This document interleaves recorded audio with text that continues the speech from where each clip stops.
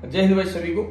जितने भी लाडले जो SSGD का पेपर पास कर चुके हैं उन सबको जो चिंता है वो है फिजिकल की, और फिजिकल के साथ में फिजिकल के समय कौन कौन से डॉक्यूमेंट्स लगेंगे इसकी चिंता हो रही है। मेरे हेल्पलाइन पे काफी इससे संबंधित कॉल आ रहे थे और ये चिंता होना भी वाजिब है। क्यों? क्योंकि आपको बता दूं SSC ने अभी एक लिस्ट जारी की थी, शायद आज से 3 या 4 महीने पहले। मैंने इस पे वीडियो भी बनाया था।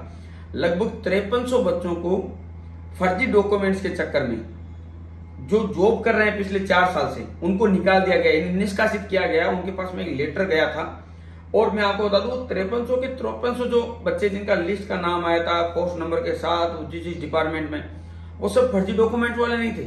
उसमें से कुछ, यानी कुछ का मतलब मैं आपको बता दूं लगभग 3500 बच्चे वो थे जो ओरिजिनल डॉक्यूमेंट थे, लेकिन फिजिकल वेरिफिकेशन के समय उनसे बड़ी बड़ी गलतियां हो रखी थी।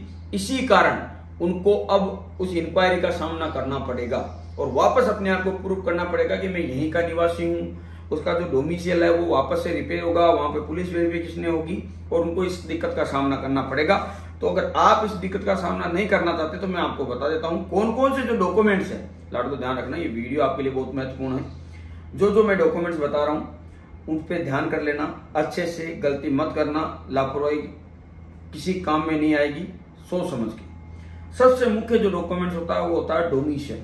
SSCGD में डोमिसाइल सबसे इंपॉर्टेंट होता है, यानी आपका जो मूल निवास है वो। वैसे तो वो आपके नोटिफिकेशन से पहले का होना चाहिए, लेकिन अगर आप उस दौरान नहीं बना पाए तो अभी भी बना सकते हैं, आपके पास में वक्त है। जिस डिस्ट्रिक्ट में आप रहते हो वहां का आपके पास में डोमिसाइल सर्टिफिकेट होना चाहिए, पहला। दूसरा, कास्ट सर्टिफिकेट, यानी जो भी OBC SC ST से हैं उन बच्चों को सेंट्रल गवर्नमेंट का कास्ट सर्टिफिकेट होना चाहिए, ये EWS। कई बच्चे से जिनके पास में स्टेट गवर्नमेंट का है और वो परेशान हो रहे थे, सर हमारा स्टेट गवर्नमेंट का है पहले से, हमारे पास में सेंट्रल गवर्नमेंट का था नहीं, अब बना लो।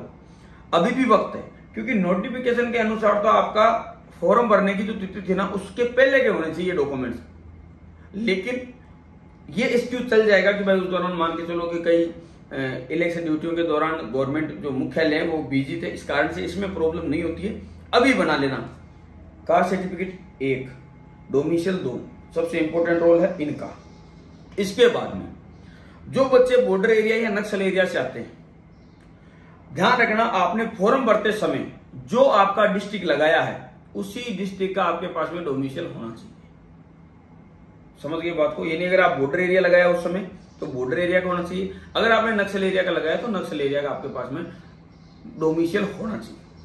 तीसरा सबसे मुख्य इंपॉर्टेंट जो डॉक्यूमेंट्स है वो है 10th क्लास की मार्कशीट। अब इन तीनों में 10th क्लास की मार्कशीट तो आपके पास में ओरिजिनल है। कॉमन क्या है? कॉमन ये है कि इन तीनों में आपका नाम, आपके फादर का नाम, आपकी मदर का नाम और आपकी DOB ये सेम होनी चाहिए। ज्यादातर बच्चे फंसे हैं DOB के चक्कर में, यानी डेट ऑफ बर्थ के चक्कर में काफी सारे बच्चे फंस गए थे, पिछली कई भर्तियों में फंसे हैं। और एक बॉर्डर और नक्सल एरिया के बच्चे फंसे हैं। एक EWS के बच्चे सबसे ज्यादा फंसे हैं कि उनके पास में EWS का सर्टिफिकेट नहीं था, उन्होंने आरक्षण ले लिया, वेरिफिकेशन के समय वो दिखा नहीं पाए। और हाँ, एक और सबसे महत्वपूर्ण चीज, फिंगरप्रिंट। ध्यान रखना, एक आपका सिग्नेचर, वही सिग्नेचर करना जो फॉर्म भरते समय आपने सिग्नेचर किया था, वही सिग्नेचर आप फिजिकल के समय करना, पेपर के समय भी आपने वही किया होगा, वही मेडिकल के समय करना। कई बच्चों के फिजिकल वेरिफिकेशन, जब फिजिकल टेस्ट होगा देखना आपके फिंगर नहीं आएंगे। उस कंडीशन में आपकी सबसे ज्यादा मदद करते हैं आपके सिग्नेचर। इसलिए जिन बच्चों के फिंगर नहीं आएंगे ना उस समय, फिर उनका रिजल्ट रोक लिया जाएगा। तो आप ऐसी गलती मत करना। पहले हाथों को अच्छे से धो के और उनसे रिक्वेस्ट करके 2-4 बार लगा के और अपना वेरिफिकेशन कंप्लीट कराना। वो बोल देते हैं कई बार कोई बात नहीं आगे बाद में कर लेगा, लेकिन उसके चक्कर में फिर रिजल्ट रुक जाता है और आप बाकी बच्चों से 8-10 महीने पीछे हो जाते हैं। समझ गए? डॉक्यूमेंट्स के मुख्य 10th क्लास की मार्कशीट, डोमिसाइल, कास्ट सर्टिफिकेट, ठीक है, और जो डिस्ट्रिक्ट आपने भरा उस समय बॉर्डर या नक्सल एरिया का वो, यानी ये जो मुख्य डॉक्यूमेंट्स है ये आपके पास में, इनमें डेट ऑफ बर्थ आपकी सेम होनी चाहिए, नाम आपका सेम होना चाहिए, फादर्स नेम सेम होना चाहिए। कई बच्चे मुझे पता है इसके नीचे कमेंट करेंगे, सर मेरे पापा का नाम तो ये था, इंग्लिश में उनका ये हो गया, हिंदी में उनका नाम सही है या इंग्लिश में सही है, या उनका ये हो गया या उनका वो हो गया। क्योंकि मैं आपको बता दूं आपके फादर के वहां कोई डॉक्यूमेंट्स नहीं लगेंगे, सारे डॉक्यूमेंट्स लगेंगे आपके। तो आपको करना क्या है, आपकी जो 10th क्लास की मार्कशीट है वो है मुख्य मार्कशीट मान के चलना। 10th क्लास की मार्कशीट में जिस प्रकार से आपके फादर का नाम या मदर का नाम इंग्लिश में जो मीनिंग है, वही मीनिंग आपके आधार कार्ड में होनी चाहिए आपके फादर के नाम के साथ। अगर मान के लगो जैसे मुकेश यादव लिखा हुआ है 10th क्लास की मार्कशीट में, आधार कार्ड में है मुकेश, तो उसको यादव करा लेना, अपडेट करा लेना, डोमिशियल में भी अपडेट करा लेना, कास्ट सर्टिफिकेट में भी अपडेट करा लेना, क्योंकि 10th क्लास की मार्कशीट में अपडेट नहीं होगा, लेकिन इन सब में अपडेट हो जाएगा। आपका आधार कार्ड में अपडेट हो जाएगा, पैन कार्ड में हो जाएगा, आपके जो डोमिशियल बनेगा उसमें हो जाएगा, कास्ट सर्टिफिकेट में अपडेट हो जाएगा। आधार इसमें 10th क्लास की मार्कशीट में अपडेट नहीं होता, इस बात को समझ लेना। तो अब मुझे पता है कई कमेंट आएंगे इससे रिगार्डिंग, देख लेना आप नीचे वीडियो के, बोले सर मेरे आधार कार्ड में ये समस्या है, उसकी ये समस्या। अरे भाई समस्या है, उसका समाधान कर लो। फॉर्म जो आपने भरा था उसकी कॉपी ले लेना और आपकी 10th क्लास की मार्कशीट ले लेना और उसको मैच करा लेना। आपको फॉर्म हमेशा अपनी 10th क्लास की मार्कशीट के अकॉर्डिंग भरना है, आपने वही किया होगा। अब आपके सारे डॉक्यूमेंट्स, अब इसमें पंगा क्या आता है कि ये बोलेंगे सर मेरे फादर के जो अकाउंट है या उनका जो आधार कार्ड है उसमें तो उनका नाम जैसे प्रेम सिंह है और मेरे अकाउंट में प्रेम है, यानी मेरे जो आधार कार्ड है उसमें उनका पीछे प्रेम ही नाम है। अगर आपकी 10th क्लास की मार्कशीट में प्रेम है तो आप अपने कास्ट सर्टिफिकेट में भी प्रेम करा लीजिए, भले ही आपके फादर के आधार कार्ड में कुछ भी हो।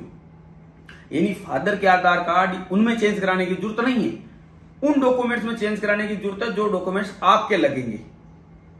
अब आपके कौन कौन से लगेंगे मैंने बता दिया है। फादर का मदर का कोई डॉक्यूमेंट ना आज लगेगा ना इन फ्यूचर कभी लगेगा फौज में, उनका तब लगेगा जब वो आपके नॉमिनी बनेंगे। ये नहीं फौज जब ज्वाइन करते हैं तो नॉमिनी बनाते हैं, उस समय उनके डॉक्यूमेंट चाहिए, उनमें कोई भी नाम हो उनका कोई तकलीफ नहीं। तो फादर मदर के आधार कार्ड चेंज करने मत बैठ जाना, उनका चाहे कुछ भी नाम चल रहा हो आधार कार्ड या उसमें, वो कोई मैटर नहीं करेगा। आपके जो डॉक्यूमेंट्स है उनमें उनका नाम आपकी 10th क्लास की मार्कशीट के अनुसार होना चाहिए, आपकी डेट ऑफ बर्थ वैसी होनी चाहिए, सभी में समान होनी चाहिए। अगर नहीं है अभी वक्त है, चेंज करा लीजिए। उम्मीद करता हूं कि आपको समझ में आ गया होगा। ये सबसे ज्यादा डिमांड थी इस वीडियो की, इसीलिए मेरे पास में अभी थोड़ा समय कम था, इसीलिए मैं ये वीडियो इस प्रकार से बना रहा हूँ, बोर्ड पे नहीं बना के। समझ गए भाई लाडलो। जय हिंद, जय भारत।